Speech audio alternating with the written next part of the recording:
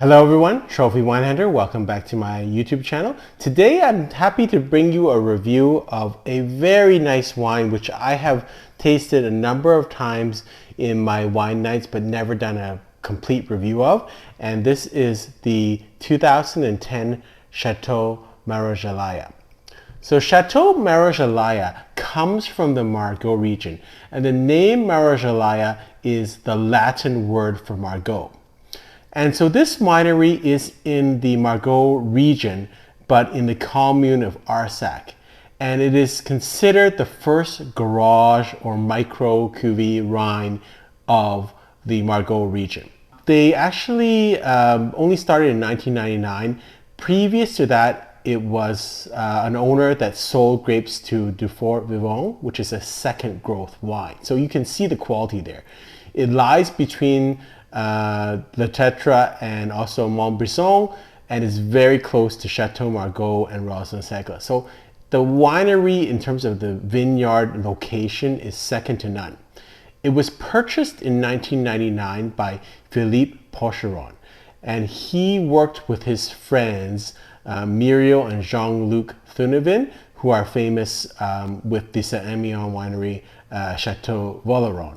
And so the first two vintages, 1999 and 2000, were done by the Thunevins. And then in 2001, the owner brought in Michel Rolland as the enologist.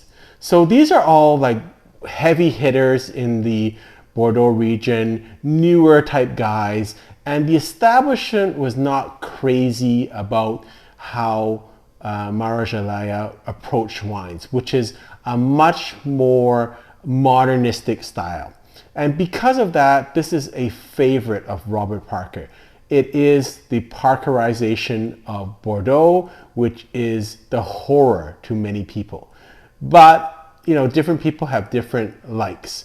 To end this story in terms of ownership, just recently in March 2023, it was purchased by the Seneclauze family, who owns Chateau Marquis de Terme. So it'll be interesting to see what happens with their ownership of the winery. It's a very, very small winery. Originally in 1999, when it was purchased by Mr. Porcheron, it was only 2.5 hectares. They've added another 1.5 hectares, so they're in total 4 hectares, but they only produce about 1,250 cases a year, which is 1/10 of the production of Chateau Lafite and Chateau Latour. How I discovered this wine was at auction, because I saw this wine, it was well priced, I'd never heard of it, but it was like 2009, 2010 vintages, so I thought I'd pick up a case, and when I drank it, it's like, wow, this wine is like out of this world. How can it? And it was priced at a very reasonable price, about $120, $150 a bottle. I don't know if you can find it in the market, but it's really not that expensive if you can find it. It's like other wines like Tertre-Rotebeuf, it's like La Violette. They're not really well known and well distributed, but among wine lovers and people in France, they love these wines because they're so unique and they're not expensive. So they don't get a lot of accolades, and they're not really well known because it's really hard to find. Look at the cork of this wine. Very simple, but good condition. There's a slight bit of leakage, but that's expected. This is a 13-year-old wine, so I don't see any problem with the cork. Let's see the bottle. Very simple design, Marojallia. On the back, it has some information about the wine, calling it the first garage wine from Margaux. It is a 14% alcohol content. And then let's look at the color of the wine. If you can see, this is very, very dark, almost crimson purple.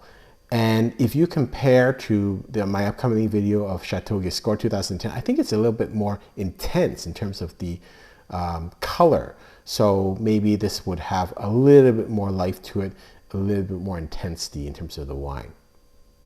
So it's planted in the vineyard, 70% Cabernet Sauvignon, 30% Merlot. In the 2010 vintage, which is a very, very strong vintage all across Bordeaux, lots of heat, very balanced weather, What I'm finding, in fact, is that now I'm enjoying the 2010 vintage tremendously. If you asked me 5 years ago, I prefer the 2009 vintage a lot more because it was much more fleshy. Now, going forward and beyond, I think the 2010 vintage is really coming on strong. The 2009 remains fleshy, but the 2010 vintage across the board has a lot of strength, and it's very, it's got the power, but it's got also the balance. So really, really spectacular vintage. And I think in the next upcoming superstar vintage out there. So if you can still pick up 2010 wines, I think they're still of value there. So the 2010 vintage is, they aged their wines 100% in new oak for 18 to 24 months. It is a blend of 76% Cabernet Sauvignon and 24% Merlot. So I've had this wine now open for a day. So I had this at dinner last night, and it was fine. It was a little strong for my palate. Very toasty oak, tar, tobacco, black fruit on the aroma and the taste. So this is now the second day. I put it in the fridge overnight, and I've taken this out again. So let's see how it's tasting. So on the smell, same thing. Again, when we look at Margaux wines, to me, the distinguishing factor of Margaux wines is fragrant or aromatic. And when we talk about fragrant and aromatic, it does not necessarily mean floral. It just means very intense aromas. So in this case, it's very, like, for me, Margaux wines are the easiest wines to smell comparatively when you compare them to Saint-Estèphe, Saint-Julien, and Pauillac wines.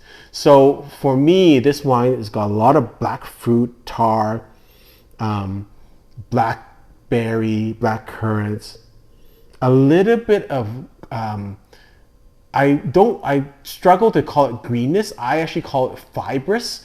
It's not like green in terms of asparagus and celery, but a plant-like vegetative green. So I call it fibrous, but that to me is distinguishing for Margaux region in terms of the smell.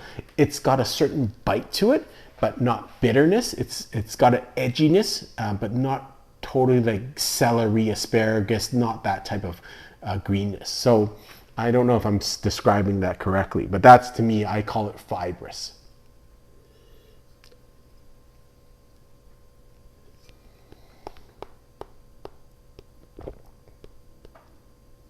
Same thing on the taste.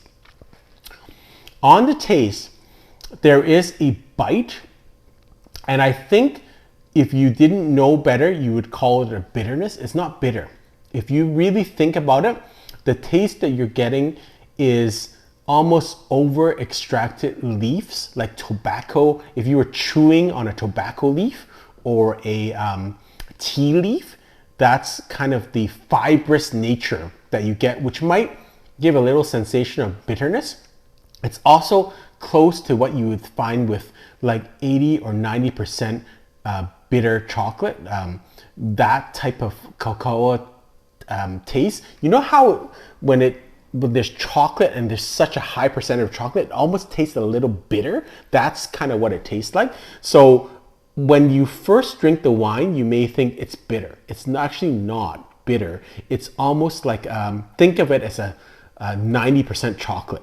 That is kind of what it kind of tastes like in your mouth. And it's also, when you have that impression in your mind, you'll also see the smoothness and the silkiness of Margaux wines in terms of the chocolatey texture. So this is the same sensation if you had a 90% cocoa chocolate. That dark chocolate, you would have a little slight bitterness, but you would have that creaminess in your mouth. And that's what I taste in this wine. It's got a little bit of licorice, which I'm personally not crazy about. But again, what I find with a lot of Margaux wines is that smoothness. And I think that's partly the Merlot, but it's really smooth. It's strong. It's not dilute. It's strong in terms of intensity because that's the Cabernet grape. And then you've got this smoothness, silkiness, chocolatey smoothness in the texture. It's really refined and it's just so soothing. I think this wine is at its peak, but it's not going down yet. It's got a long life at this plateau, maybe, I would say maybe another 10 years easily on this wine. My rating of this wine is going to be 93 points. You'll see my review of the Chateau 2010 Chateau Score from Margaux region. It's really hard to distinguish these two wines. They're both very prototypical Margaux. They're both from the 2010 vintage. They're both great. But if I had to just kind of give an edge, if you kind of told me I only want one wine, I would still prefer the Marojallia, just because the modern style of this is really, really attractive to the modern palate. So maybe I would score Chateau score 93.1, and this would be 93.3. Very, very nice wine, very appealing wine. I think many people will enjoy this wine. Even people that don't like Bordeaux will really enjoy this wine because it's got that Robert Parker boldness, flavor, dark fruit, and I think it's 14% alcohol. So people that are used to Napa wines, this is a nice transition, and that's probably why it's such a popular wine, but that's also why it might be not as well liked by the purist. Anyways, I've always enjoyed this wine, especially the 9 and 10 vintage of this wine. If you can find it, try it out. It's a very simple label, as you can see, nothing much to it, but that is by no means a reflection of the wine. The wine is really, really good, and the people behind it are really leading edge people. Hope you've enjoyed this review. Until next time, happy drinking.